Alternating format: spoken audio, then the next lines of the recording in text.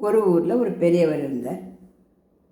அவர் மாடி போர்ஷனை ஒரு இளைஞருக்கு வாடகைக்கு விட்டுருந்தார். கீழ் போர்ஷனில் அவர் இருந்தார். அந்த இளைஞன் தினமும் ராத்திரி 10 மணிக்கு தான் வீட்டுக்கு வருவான். தனியாக இருக்கான், பேச்சுலர்.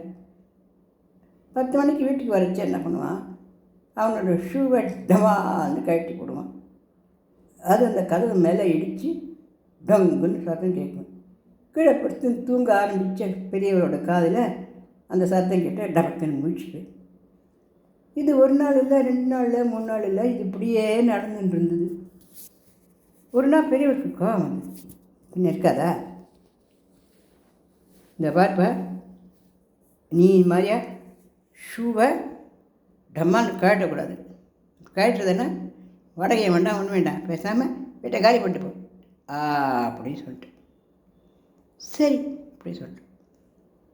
ஆனால் சில நாள் அப்படியே தொடர்ந்து பெரியவரும் சரி கொஞ்சம் பொறுமையாக இருந்து, இளைஞன் தாட் போட்டுன்னு இருக்கிறவன் பொறுமையிலையோ நம்ம எவ்வளோ வீட்டுக்கு வந்து ஷூவை கழட்டி போனோன்னு இருக்கோ நம்ம சரி அப்படின்னு பொறுத்து பார்த்தேன். அன்றைக்கி அந்த மாதிரி இளைஞனும் வந்தான். இவர் படுத்துட்டு இருந்தேன். கரெக்டாக 10 மணி டம் சத்தம் கேட்டது. அதான் ஒரு காலை ஷூ அப்படியே உதறி அவுத்தான். பெரியவருக்கு வந்துச்சு.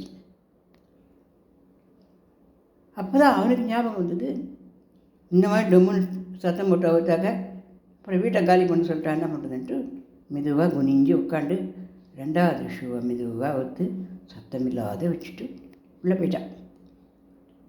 பெரியவர் வெயிட் பண்ணுறேன். இன்னொரு டீ டம்முன்னு சத்தம் கேட்டுவிட்டோம். அத்தையும் கேட்டு தொலைச்சிட்டு நிம்மதியாக தூங்கலாம், இல்லாட்டி திருப்பி கண்ணை முடிக்கிட்டே டம்முன்னு மூச்சு கேட்டுக்கணும். அப்படின்னு சத்தம் வருதான்னு பார்த்துட்டுருக்கேன். தூக்கமே வரல அவர் நேற்று முழுக்க.